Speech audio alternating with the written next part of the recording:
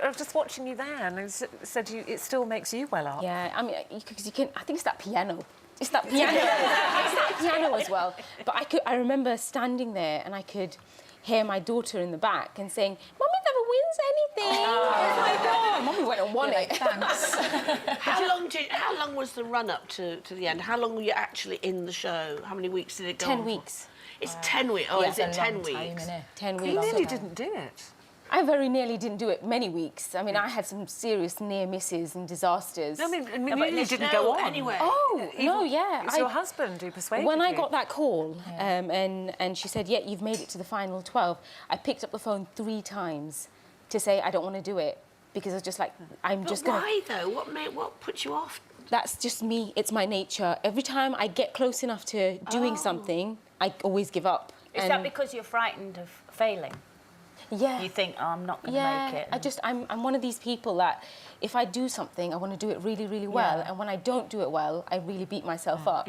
You know, I was so annoyed with myself for having an epidural. You know, that's how bad I am. You know, it's like, what do you do? It's like, I said I'm not going to have an epidural. I was like, epidural, please. And I was so annoyed because I only had it once and I wish I'd have had it 3 times. Really? Yeah. So I'm one of these people who, if I don't do it really well, then I'm really annoyed with myself. So I picked up the phone 3 times and said, you know, I'm not going to do this because I know I'm not going to win. So how did your husband, Abdul, persuade you? What did he have to say to get you in there? Well, he said, a lot of times I'd look at him and he's like, you want me to say, ring them and cancel and say you don't want to do it? He goes, you know, I'm not going to say that to you ever. You are going to do it. And he goes, just don't get kicked out in the first week. Gorgeous. Oh, he's lovely. Yes, he became a bit of a pin-up himself, didn't he? Yeah, he's been getting a few tweets. I'm not surprised. He's a sort, isn't he? That's a new word. That's a new one I've learned as well today. Did you bake before you went on the show? Has always been your passion to bake? I've only been baking for about 10 years. I've not been... 10 years? That's quite a long time. I've not been... I mean, like, I was really nervous when I went into the show because there are people on there who've been baking for generations. You know, they're like 3rd, 4th generation bakers. So I walked into that tent and thought, I don't have a chance because I've only been baking for 10 years. Yeah. And, you know, week by week, I kind of looked at my strengths and my weaknesses and I kind of built myself up slowly and thought, you know what, maybe... I think it was at week 8, I thought, you know, maybe... I can. I always looked so terrified when you used to bring up your thing. You always looked like they're going to say something awful. I know they are. It was so lovely to watch you becoming confident. It's like watching a butterfly sort of emerging from the chrysalis. I didn't feel like a butterfly. It was like a flower on my face or like icing in my mouth or something. I just always felt really awful. But I think, you know, you put so much... What you don't see is that you spend 5 days practicing when you have to go up that weekend. And I stopped being anything else but a baker. I literally locked myself in the kitchen, just barely fed the kids and washed them. It's like, just eat, survive. It's cake. Give me this week, please, you know? And just, and that, you spend so much time and then you take it up and then somebody kind of does this with a fork and says, oh, yeah, I mean, it's all right. it was wonderful watching you win and your winner's speech was so moving, so poignant.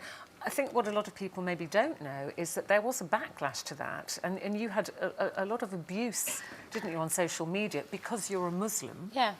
And it's almost like you became a kind of poster girl for being British and being a Muslim, and it became quite nasty, the threats that you got. Yeah, there was quite a lot of negativity on Twitter. I tried really hard not to look at it, and my husband's one of those who has to read everything, so he sort of sat through and read everything.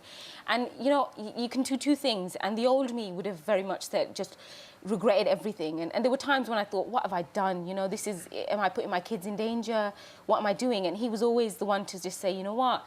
It's okay, you know. They're one of minority. They're such a minority, and it doesn't matter. And you know, if anything, I proved to myself that I can have the confidence not to care what people think. So, and that's what came out.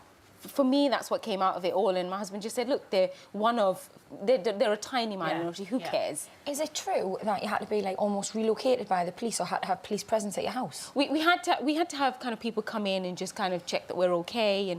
And it's just crackers, yeah, babe, isn't it? Yeah, it was for me. Some of the tweets I looked at and I thought, well, that's nothing. It's fine. It'll be fine. Yeah. But you know, everybody wanted to make sure we were safe and that we were okay and that we were well. And you know, that's kind of just more of a precaution. Yeah. Still, it must have been scary. scary. It was. My kids loved it. I was like, whoa, policemen.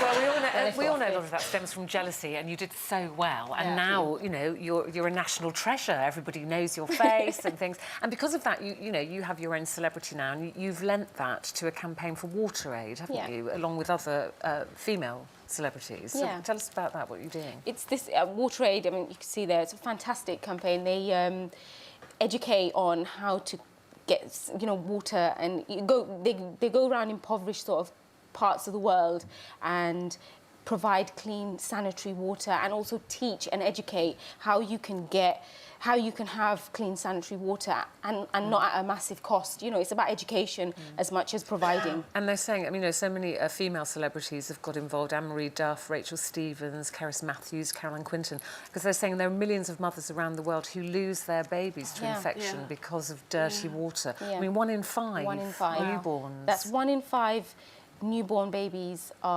they die because they're born in unsanitary situations, unclean water. It's very hard for us to understand, though, isn't it, in our world, that, you know, you can't turn a tap on and drink that water.